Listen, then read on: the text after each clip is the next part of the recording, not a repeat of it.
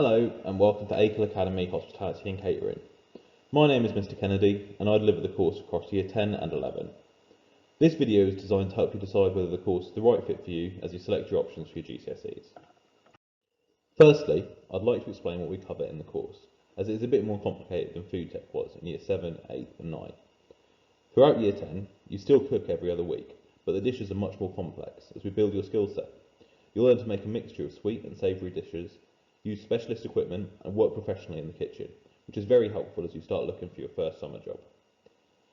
In the classroom, we look at how restaurants, hotels, pubs and cafes are managed, the different job roles in the industry, as well as business advice, employment laws and food safety, all split into set projects you do each term.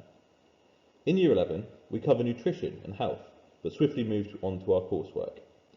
The way the coursework works for hospitality and catering is that you are given a restaurant setting and 2 customers from the exam board, and have to research and plan dishes for them, eventually cooking them in your practical exam, which is usually around February. Students tend to pick very creative and complicated dishes, as the more skills you show, the more marks you can get.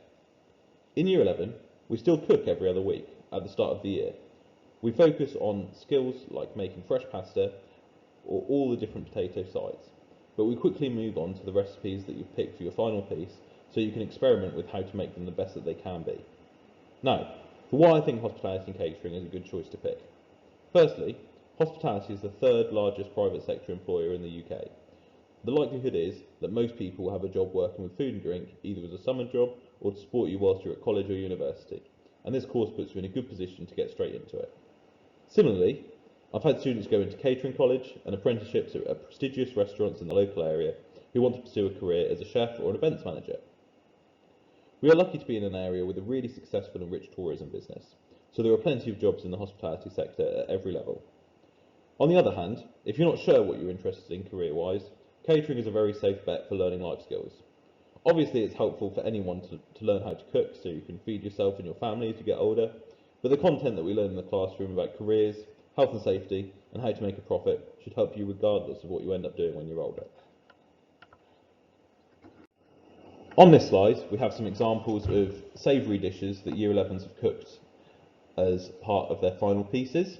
At the top, we have beef Wellington with potato puree, parmentier potatoes and a fish cake, and at the bottom, we have a chicken ballantine, potato dauphinoise, and a fresh brioche bun, burger, and homemade chips.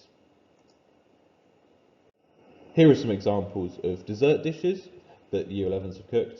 We have an Oreo cheesecake with homemade ice cream, some fun fish-shaped pancakes aimed at a toddler, a melt-in-the-middle chocolate cake, again with homemade ice cream, and some homemade donuts. All of these were examples of Year 11's own dishes. If you have any questions about the course or need advice on anything catering related, please email me at the address shown here.